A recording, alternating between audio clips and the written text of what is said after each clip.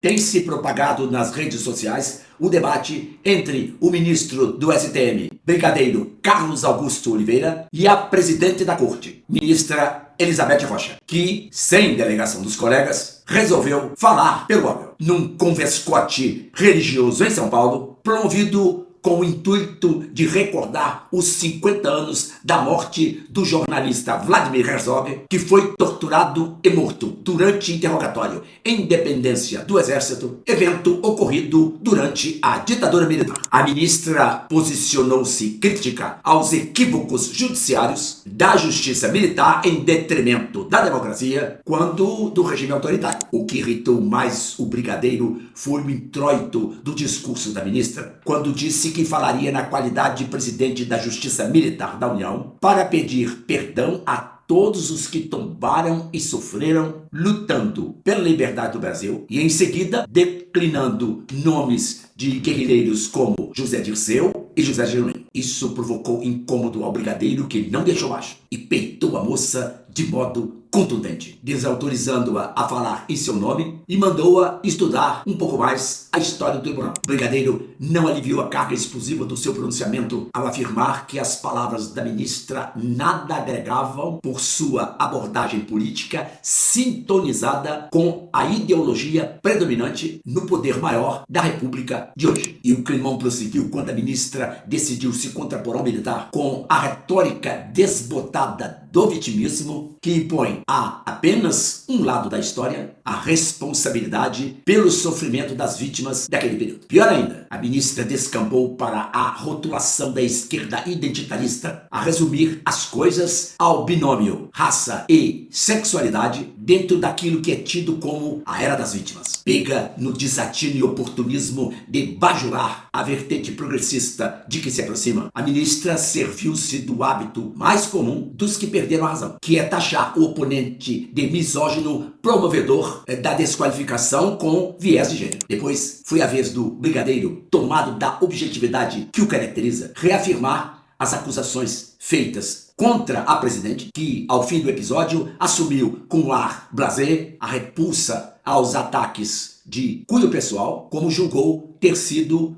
o comportamento do brigadeiro Carlos Augusto.